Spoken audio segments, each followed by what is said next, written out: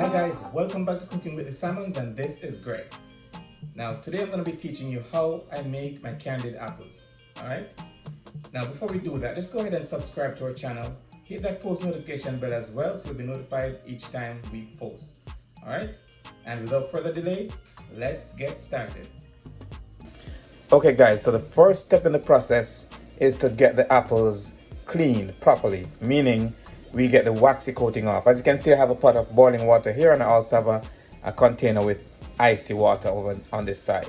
So what we're gonna do here is, after washing the apples properly and de-stemming them, we're gonna go ahead and place them in the boiling water or hot water for about 8 to 10 seconds.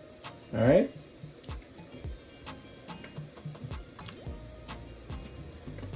So we can do them in batches in that regard.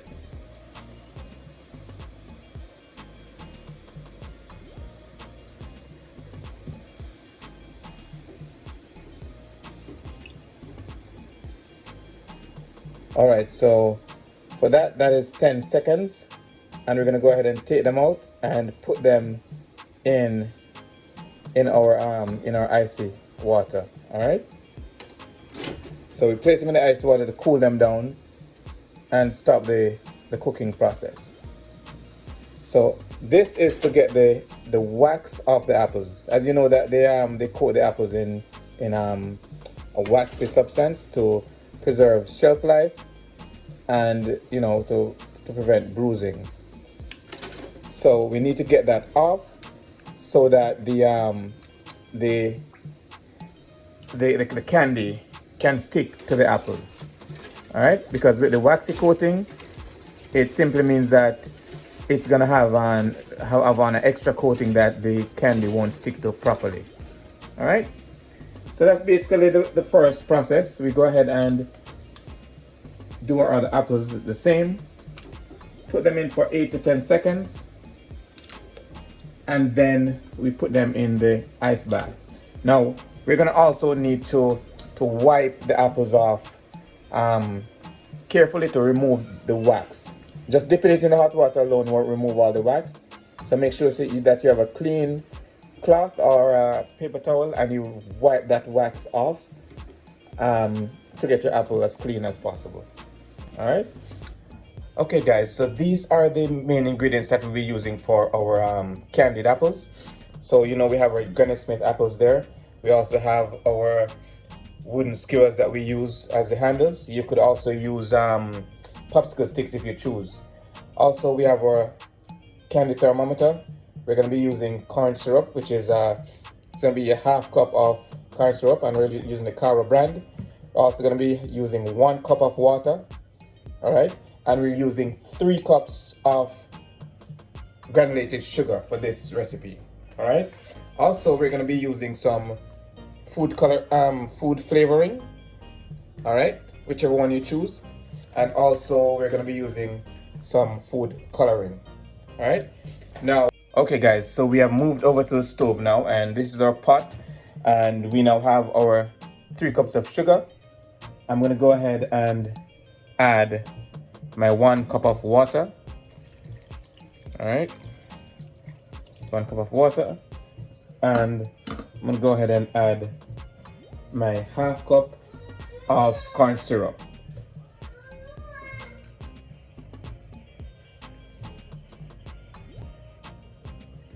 Just make sure you get everything out.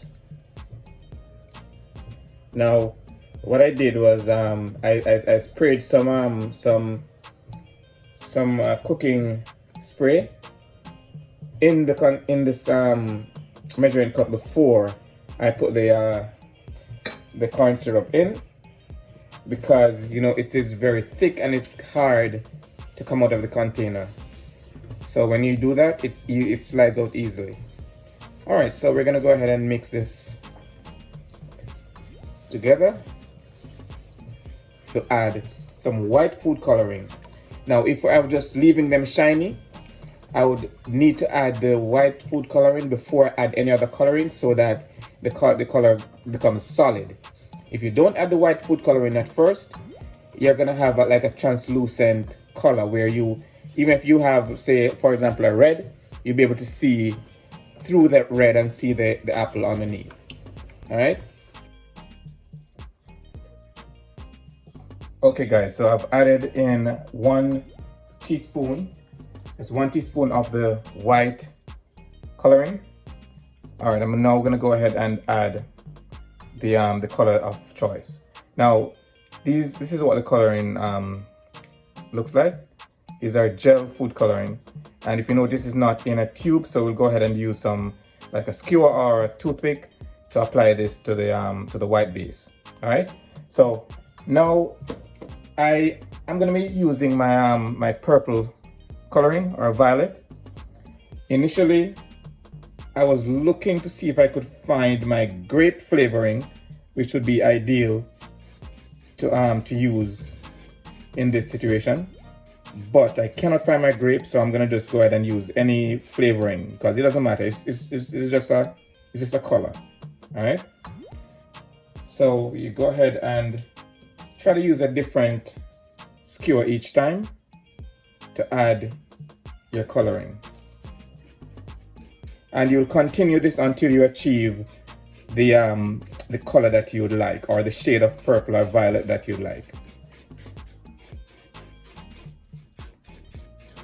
Soon as you finish that, you'll go ahead and put this on a medium to high heat, and at the end of it all, then we'll add in whatever flavoring. Whenever this is complete, we'll add in whatever flavoring we'd like.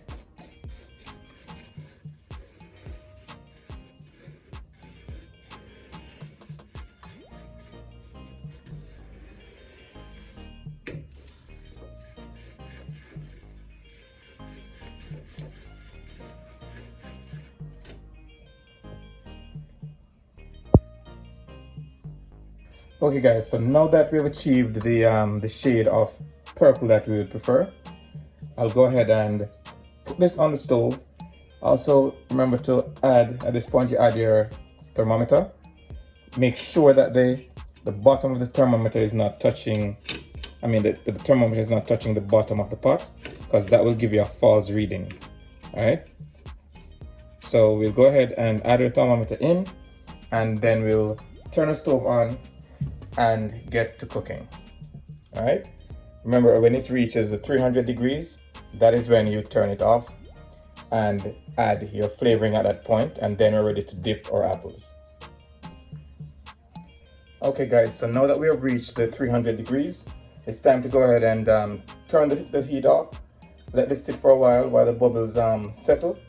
We're gonna also add the flavoring at this point as well. All right. Alright, so most of these flavorings are concentrated, so you just go ahead and just a few drops in it would be fine.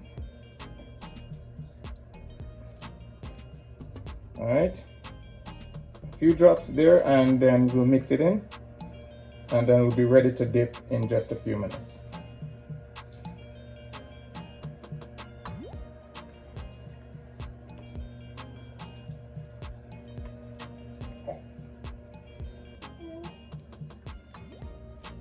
So these additional bubbles happen because of the flavor I added. So just wait until it's settled before dipping your apples, because if you dip your apples right now, it's gonna have like a golf ball effect on your apples because the bubbles are still there. All right. So just be patient. Give it a little while to for the bubbles to dissipate. Okay guys, so I'll go ahead and show you how I dip my apples.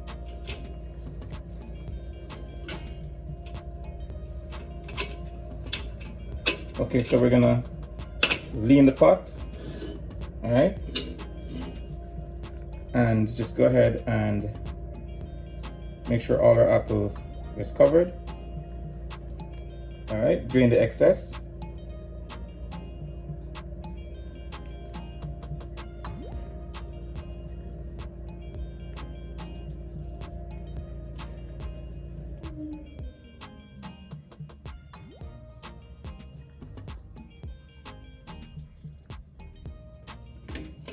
All right, we'll put that one on our silicone mat.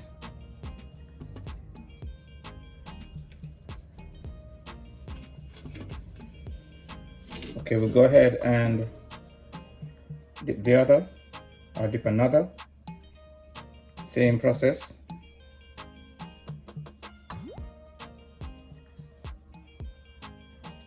Drain the excess.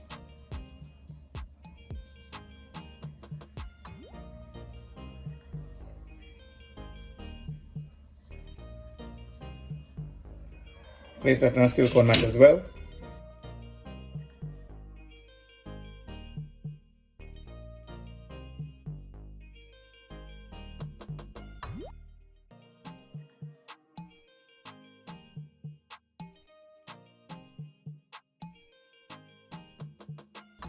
And we keep going at it until our apples are completely covered.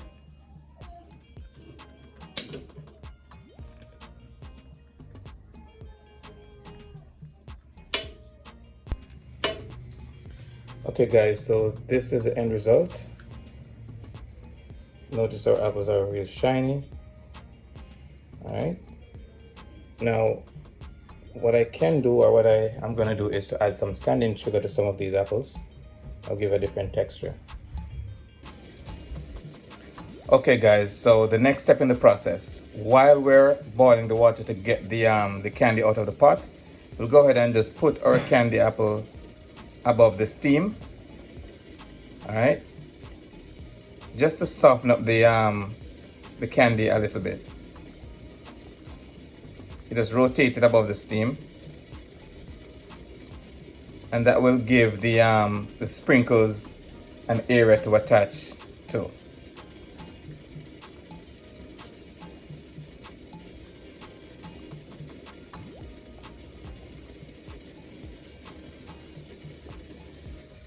Next, I'll go ahead and I'll get my sprinkles, and you just sprinkle it all over the apple.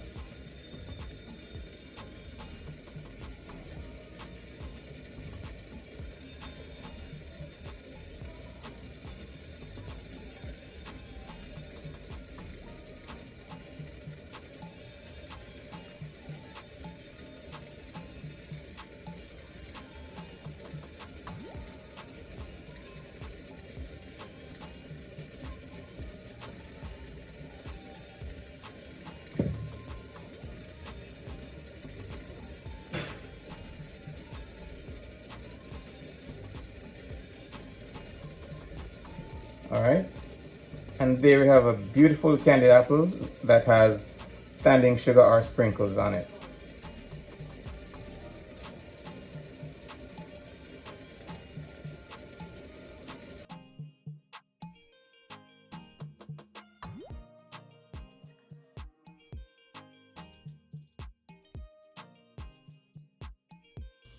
And there you have it, candied apples made easy.